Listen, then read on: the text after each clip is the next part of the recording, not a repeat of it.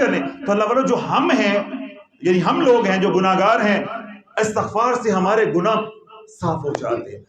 اس کی نحوست گناہوں کی قدر. ہم نے توبہ کر لی، یا ایھا الذین آمنوا توبوا الی اللہ توبۃ نصوحا، ہم نے پکی توبہ جب کر لی، اب گناہ دروازہ بند ہو گیا. اب جو گناہوں کی نحوست ہمارے اوپر ہے وہ کثرت کے ساتھ استغفر اللہ استغفر اللہ، جب یہ ذکر کریں گے تو کیا ہوگا، اس کی نحوست ختم ہو جائے گی. لیکن جب نبی یہ ذکر کرتا ہے یا اولیاء اللہ استغفار کی کثرت کرتے ہیں تو اللہ ان کے درجات کو بلند کرتا جاتا ہے.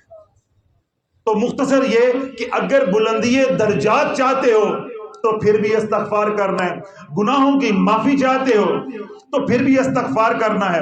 اگر رزق کی فراوانی چاہتے ہو پھر بھی استغفار کرنا ہے، اگر عزت چاہتے ہو پھر بھی استغفار کرنا ہے، دونوں جہان میں کامیابی چاہتے ہو تو پھر بھی استغفار کرنا ہے.